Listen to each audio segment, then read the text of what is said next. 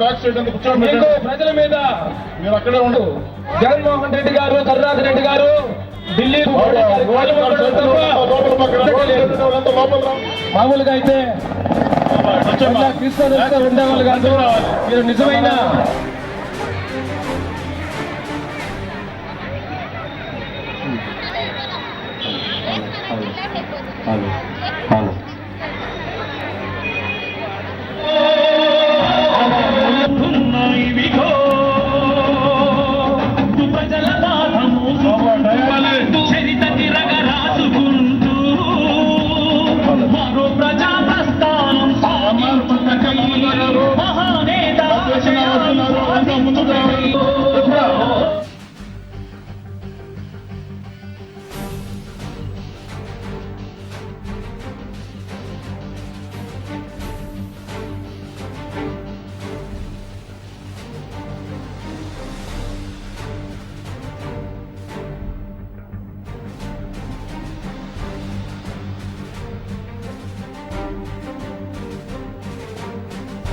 కూర్చోవటము నిలబడటము చాలా కష్టం.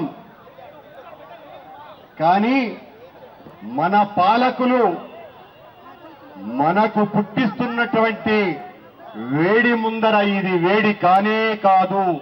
అందుకే వేలాది మంది తమ గొంతును వినిపించటం కోసమని ఇక్కడ సమావేశమయ్యారు.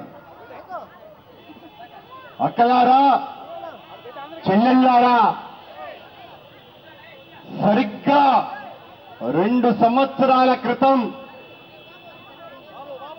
ఈ రాష్ట్రాన్ని నిట్ట నిలువున 2గా చీల్చిపారేసిన తరువాత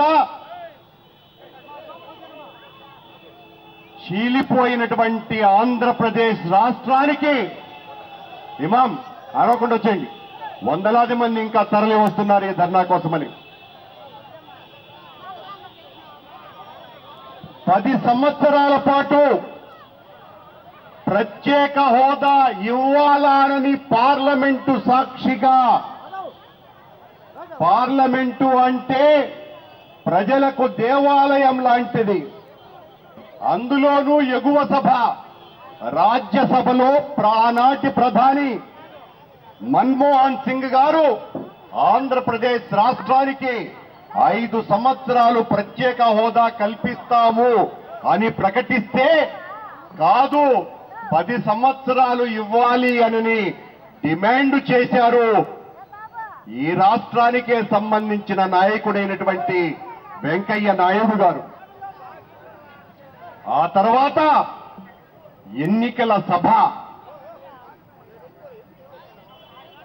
దేవదేవుడు స్వయంభువు సాక్షాత్తు శ్రీ మహావిష్ణువే శేషాచల కొండల్లో కొలువైనాడు అనని తరతరాలుగా వేలాది సంవత్సరాలుగా మనమందరము నమ్ముతున్నటువంటి ఒక వాస్తవం. ఆ వెంకటేశ్వర స్వామి పాద పీఠిక అయినటువంటి తిరుపతిలో ఇక్కడికి సరిగ్గా కూతవేటు దూరంలో జరిగినటువంటి ఎన్నికల సభలో ఈనాటి ప్రధాని మోడీ గారు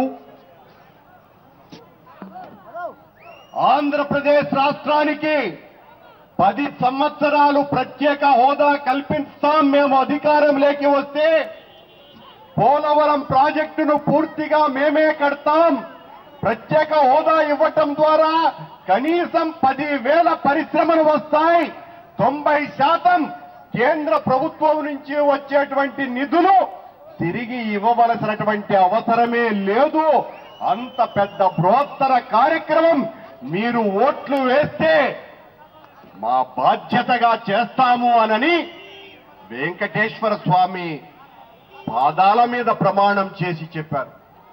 అప్పుడు పక్కనే ఉన్నటువంటి ఇప్పటి ముఖ్యమంత్రి చంద్రబాబు నాయుడు గారు 10 సంవత్సరాలు సరిపోదు, 15 సంవత్సరాలు కావాలి సార్ మాకు అని అదే సభలో వెంకటేశ్వర స్వామి సాక్షిగా చెప్పటం జరిగింది. దానికి ప్రధానమైనటువంటి సాక్షి ఆనాడు వీళ్ళిద్దరికీ మద్దతు పలికినటువంటి పవన్ కళ్యాణ్ గారు.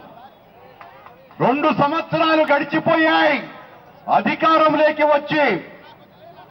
ప్రత్యేక హోదా ఊసే లేదు. కేంద్ర ప్రభుత్వం నుంచి వచ్చేటువంటి నిధుల వరదకు కరువు వచ్చింది. ఆ ఏరు బీడు వారింది. ఉద్దేశపూర్వకంగానే బీడు వారినా ఎండిపోయినా రాష్ట్రాన్ని పరిపాలిస్తున్నటువంటి చంద్రబాబు గొంతు పెగలటం లేదు. ఎందుకు అనంటే సరిగ్గా 6-7 నెలల క్రితం ఎమ్మెల్సీ ఎన్నికలలో తెలంగాణ రాష్ట్రంలో జరిగినటువంటి ఎన్నికలలో 50 లక్షల రూపాయలు లంచం ఇస్తూ అడ్డంగా కెమెరాలకు చిక్కినాడు చంద్రబాబు నాయుడు. భయంతో వణికిపోతున్నాడు. ప్రజా సమస్యల్ని పూర్తిగా విస్మరించినాడు. ఈ ఒక్క అబద్ధమేనా చంద్రబాబు నాయుడు గారు చెప్పింది? ఇక్కడున్నటువంటి వందలాది వేలాది మంది మహిళలకందరికీ కూడా నేను అధికారంలోకి రాగానే మీరు చేసినటువంటి డ్వాక్రా రుణాలన్నింటినీ కూడా ₹1 కూడా కట్టవలసినటువంటి పని లేదు, నేను కడతానని నాకు ఓట్లేయండి అని ప్రమాణం చేశాడు. ₹1,00,000 కోట్ల రుణమాఫీని చేస్తాను రైతులకందరికీ అని చెప్పినాడు. తిరుపతిలో సహా మొత్తం రాష్ట్రంలో ఉన్నటువంటి ప్రతి ఒక్క నిరుద్యోగ యువకునికి ఉద్యోగం ఖచ్చితంగా అందిస్తా, ఉద్యోగం రాకపోతే ప్రతి నెల ₹2,000 జీతం ఇస్తానని చెప్పాడు. రుణమాఫీ గాలికి కొట్టుకుపోయింది.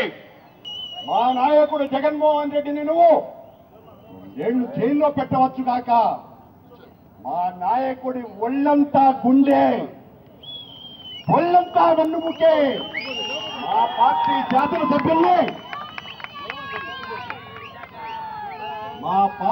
శాసనసభ్యుల్ని 20 కోట్లు 30 కోట్లు ఇచ్చి కొనుగోలు చేసి శాసనసభ్యులు ఎవరిని లేకుండా చేస్తే ప్రత్యేక హోదా అడిగేటువంటి వాళ్ళెవ్వరూ లేరు అని భ్రమల్లో ఉన్నావు చంద్రబాబు. ఇంకా నువ్వు కొనుగోలు చేయవచ్చుగాక. ఇక్కడ గుమికూడినటువంటి ఈ రోజు 13 జిల్లాల కేంద్రాలలో గుమికూడినటువంటి లక్షలాది కోట్లాది మంది వైఎస్ఆర్ పార్టీ కార్యకర్తల్ని ప్రజలని కొనలేవు సుమా.